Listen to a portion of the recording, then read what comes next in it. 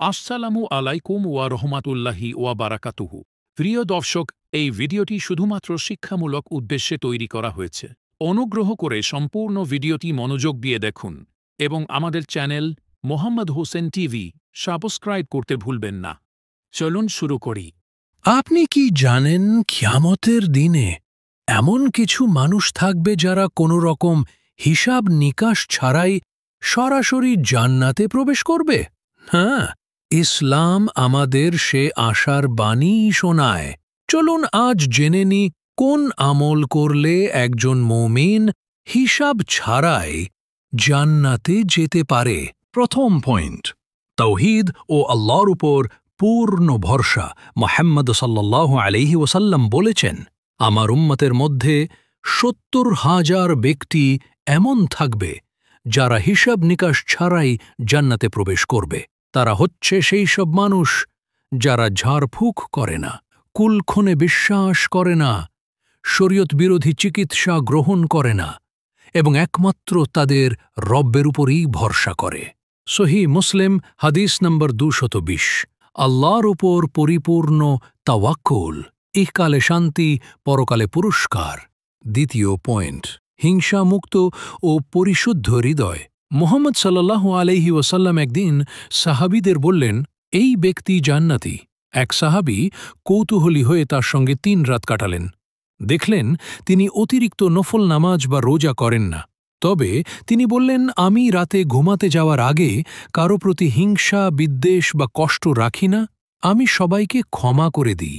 মুসনাদি আহমদ হাদিস নম্বর ১২,৬৯৭। পরিশুদ্ধ অন্তর ও ক্ষমাশীলতা, এটাই জান্নাতের পথে লুকায়িত এক গোপন চাবি। দ্বিতীয় পয়েন্ট, হিংসামুক্ত ও পরিশুদ্ধ হৃদয়।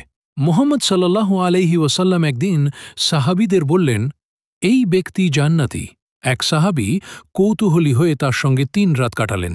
দেখলেন তিনি অতিরিক্ত নফল নামাজ বা রোজা করেন না। তবে তিনি বললেন, আমি রাতে ঘুমাতে যাওয়ার আগে কারো প্রতি হিংসা, বিদ্বেষ বা কষ্ট রাখি না।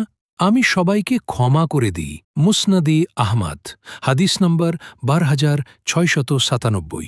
পরিশুদ্ধ অন্তর ও ক্ষমাশীলতা, এটাই জান্নাতের পথে লুকায়িত এক গোপন চাবি। তৃতীয় পয়েন্ট, গোপনে সৎ কাজ করা। মুহাম্মদ সাল্লাল্লাহু আলাইহি ওয়াসাল্লাম বলেন, ৭ শ্রেণীর মানুষকে আল্লাহ কিয়ামতের দিনে তার আরশের ছায়া দান করবেন। তাদের মধ্যে একজন, যিনি এত গোপনে দান করেন যে তার ডান হাত যা দান করে বাঁ হাতও তা জানতে পারে না। সহিহ বুখারী হাদিস নম্বর ১,৪২৩।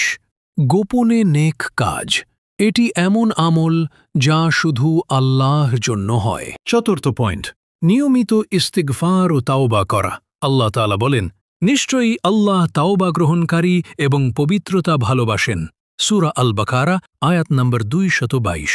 আর মুহাম্মদ সাল্লাল্লাহু আলাইহি ওয়াসাল্লাম বলেন, যে ব্যক্তি নিয়মিত ইস্তিগফার করে, আল্লাহ তার জন্য প্রতিটি সংকট থেকে মুক্তির পথ খুলে দেন এবং এমন উৎস থেকে তাকে রিজিক দেন যা সে কল্পনাও করতে পারে না। সুনান আবু দাউদ হাদিস নম্বর ১৫১৮। দুহাত তুলে বলুন, আস্তাগফিরুল্লাহ।